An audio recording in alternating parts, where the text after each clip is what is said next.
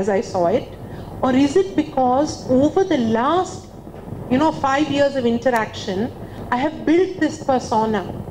And the persona is one related to, social justice, caring, medicine, good human being.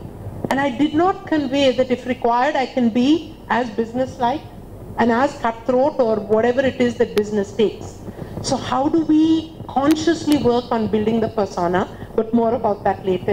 If you could focus on the framework of what can we do as individuals, what do companies need to do, and what does society and the government need to do, then I think we'll all be able to collectively focus on the 360-degree requirement of what we need to do to make women have a better place. Sangeeta, thank you very much for that. I think beautiful picking up of threads of the many conversations that we've had, but also in the several sometimes doubting moments in our life when you say, really, are we making a noise? The important point that you made, that there are exceptional women who make it to a visible top, whereas it may not be the same because they fight much larger battles. I think we're slightly embarrassed about saying that, but that is a fact. We all know what we've done to be where we are. Sometimes we've had it easy, sometimes we've not. But what somebody nice did, like my father did, he started off being poor Dr. Reddy because he has 4 daughters. And he felt very sad himself.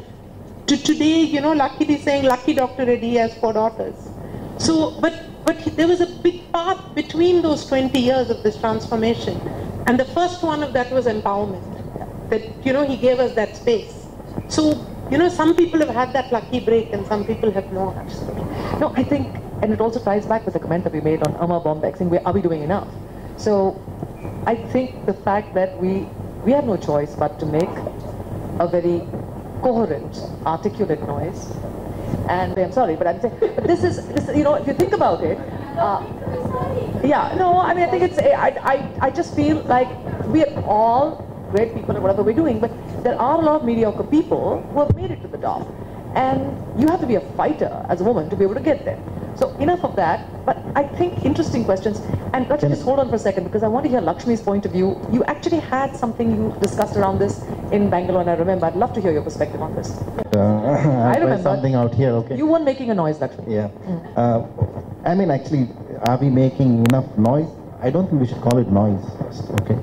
Okay. No, I'm saying this is a perception, Lakshmi. Yeah, in the sense, this is Andhra Pradesh. When we transmit electricity, the transmission loss is huge, okay? So there's always a signal to noise ratio, and then as long as the signal is loud and clear. Very bright panelists with some great analogies here. I like you guys. Yeah. Now, what again? You take Facebook as an example. There's information overload, right? The more information you put, there's a chance of somebody going to see it, and then it'll make a difference. I would like to say that. Let's for a moment imagine we had this magic wand, okay? And all Fortune 500 company CEOs are now women, okay? Has it changed the, okay? It makes a difference, but has it made a huge difference? I think Sangeeta had points that there's various sections of the society. Just because, all 500 Fortune, then all the stats will be on the right direction, okay? But that's not going to solve the problem. I think the problem is quite often we focus on what I call the single metric syndrome, okay? We try to simplify very complex issues with some single metric, okay? It's not possible, okay? So I think the key is don't just focus on some of the inconvenient stats. Let's focus a lot more on successes, okay? There are a lot more successful women leaders. Let's bring them out. Let's talk about them. Let's talk of all the good things. That will have a lot more press than continuously saying, no, we've not done enough. No, we've done a lot. Okay, let's celebrate that.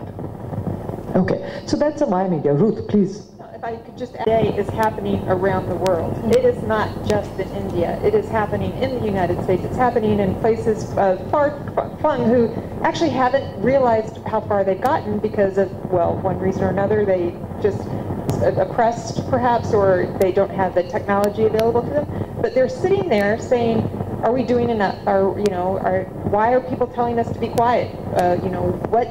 Where can we channel our power for the betterment of our situation?